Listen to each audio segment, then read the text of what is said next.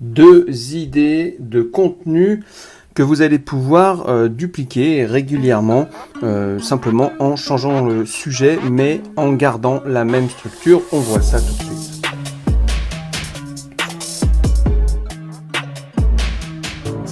Et si vous avez envie d'avoir des bons outils pour commencer dans votre transition numérique sans galérer, je vous suggère de télécharger mon kit de démarrage qui contient énormément de ressources. Le lien est dans la description. Voilà, allez-y, foncez, c'est gratuit. Bonjour à tous, c'est Pascal de L-Web, bienvenue dans ce nouveau podcast. Aujourd'hui, on va voir 2 idées de contenu, en tout cas plutôt de structure de contenu et de thèmes à utiliser et à réutiliser régulièrement. Alors, la première structure que vous allez pouvoir utiliser, ça va être par exemple les 3 niveaux pour X, donc pour faire quelque chose, d'accord ? Donc, comment elle va se composer cette première structure ? Donc évidemment, c'est pour une structure soit de vidéo, soit de blog, soit de site internet, comme vous voulez présenter, soit d'une offre, soit d'une fiche produit, etc. On peut vraiment dupliquer cette structure à plein de différents formats de contenu. Alors, les 3 niveaux pour X, Y, Z, ok ?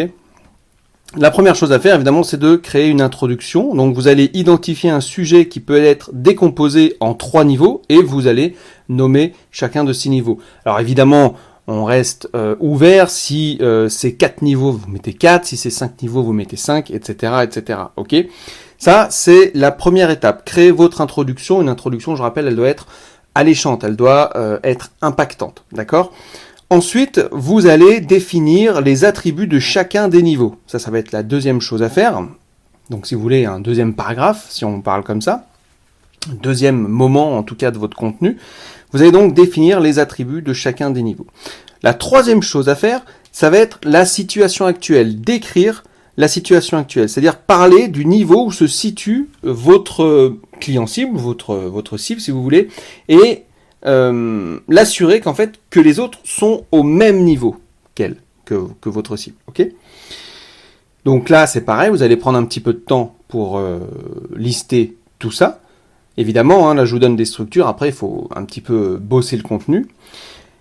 La quatrième chose à faire, c'est que vous allez donner des exemples des personnes qui ont progressé. Donc si vous êtes formateur, ça peut être des témoignages, ça peut être des vidéos de témoignages également, ça peut être des témoignages écrits, ça peut être, voilà, vous dites il s'est passé ça, ça, ça. Si c'est des clients à vous, vous n'êtes pas forcément formateur, mais qui ont acheté un de vos produits qui était efficace et qui l'ont utilisé, et ben voilà, vous pouvez les mettre en avant. Donc ça, c'est très important, tous ces exemples, c'est ce qu'on appelle la preuve sociale. La cinquième chose, ça va être la méthode. C'est comment progresser et maintenir du coup cette acquisition ou ce nouveau statut, si vous voulez, grâce aux produits que vous avez fournis ou aux services que vous avez fournis. Et enfin, on va arriver à la conclusion qui va être de résumer les 3 niveaux et expliquer les avantages pour votre cible. Voilà ici un exemple de structure pour votre contenu si vous voulez parler des 3 niveaux pour progresser aux échecs par exemple, des 3 niveaux pour progresser au tennis. Et à chaque fois, selon si vous avez, vous pouvez par exemple faire des appels, proposer des appels plutôt à l'action durant toute la partie de votre article, si c'est un article, de votre vidéo, peu importe le format que vous allez utiliser. Vous mettez vos infos et les appels à l'action. Alors, ça peut être un appel à l'action avec un PDF qui résume ce que vous venez de dire. Ça peut être si vous voulez, un cadeau qui va vous permettre de compléter l'article, qui va permettre de compléter à la cible l'article que vous avez fait ou le contenu que vous avez fait. Ça peut être une inscription à la newsletter, etc. Mais il faut qu'il y ait un petit passage à l'action ou simplement demander, poser la question en comment. La première idée de contenu, de thème de contenu avec la structure. Maintenant, on va passer à la deuxième idée de structure et de contenu qui vont être les choses à éviter. Ça, c'est quelque chose qui marche toujours. Donc c'est pareil, on va partir sur une introduction, rappelez-vous, toujours impactante, j'ai fait une vidéo sur la stratégie de contenu, etc. Enfin, une formation sur la stratégie de contenu, donc vous pouvez aller jeter un coup d'œil là-dessus, sur la façon de structurer ses posts, etc., ses publications, son contenu, enfin bref. Il y a plein d'idées là-dedans à prendre. Donc, vous avez toujours votre introduction. Vous allez identifier donc un endroit ou une personne, une situation à éviter. Ok. Ensuite, la deuxième chose, c'est que vous allez raconter l'histoire brève à ce sujet. Donc, vous allez raconter une anecdote à ce sujet. Ensuite, ça va être le paragraphe à éviter, justement. Et là, vous allez lister les choses à éviter ou les étapes pour les éviter. Vous pouvez même faire les deux. C'est un et un ou, si vous voulez. Voilà les choses à éviter et comment faire pour les éviter. Ça marche vraiment pas mal en général. Et puis ensuite, vous finissez par la conclusion. Vous allez résumer ce qu'il faut éviter et comment le faire. Ok, et évidemment, à chaque fois, ensuite, on fait un appel à l'action.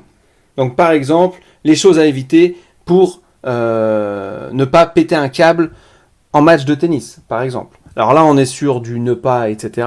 Mais ça pourrait être, au lieu des choses à éviter, les choses à faire pour garder son calme pendant un match de tennis. On pourrait aussi le tourner en phrase positive. Alors en général, c'est très impactant quand c'est négatif, parce qu'on a toujours un petit peu peur. Donc, à vous de voir après ce qui marche. Mais voilà, cette idée de structure, les choses à éviter ou les choses à faire pour, c'est important. Ça peut être intéressant pour votre contenu et vous allez pouvoir l'utiliser à foison. C'est-à-dire que si vous êtes dans le sport, vous allez l'utiliser pour différents thèmes.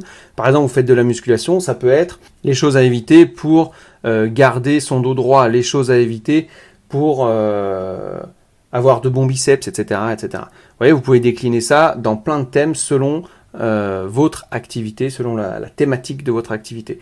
Si vous êtes dans la photo, c'est pareil, on peut faire énormément de choses. Si vous êtes dans la vente de produits, de formation, c'est pareil. Donc, la première idée de contenu, c'est les 3 niveaux pour nanana. Et la deuxième idée de contenu, c'est les choses à éviter. Okay, ou les personnes à éviter, peu importe. Okay, ça peut être ce genre de choses-là. Voilà ce que j'avais à vous dire concernant les différentes structures. Je ferai différents podcasts, j'en ferai d'autres avec régulièrement ce type de propositions. Vous pouvez me dire en commentaire si ça vous intéresse. Et voilà, donc ce qui est très important, c'est de garder une bonne structure, évidemment, quel que soit le format que vous allez utiliser, que ce soit de l'écrit, de la vidéo ou du podcast. Ok. Et puis ensuite, vous allez pouvoir dérouler, on va dire, le contenu que vous avez envie de proposer. Attention, c'est parce que vous avez la structure que c'est, on va dire, tout cuit, si vous voulez. Il va falloir quand même un petit peu bosser le contenu et le rendre intéressant. Il faut penser que le contenu doit être intéressant si vous voulez que vos abonnés, votre cible, votre audience vous lisent ou vous écoutent. Voilà ce que j'avais à vous dire.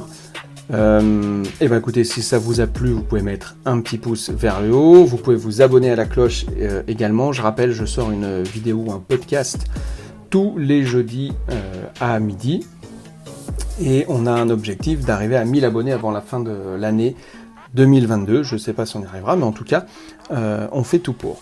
Donc je compte sur vous, vous pouvez vous abonner si ce n'est pas encore fait. Moi je vous dis à très bientôt pour une prochaine vidéo ou un prochain podcast. Ciao.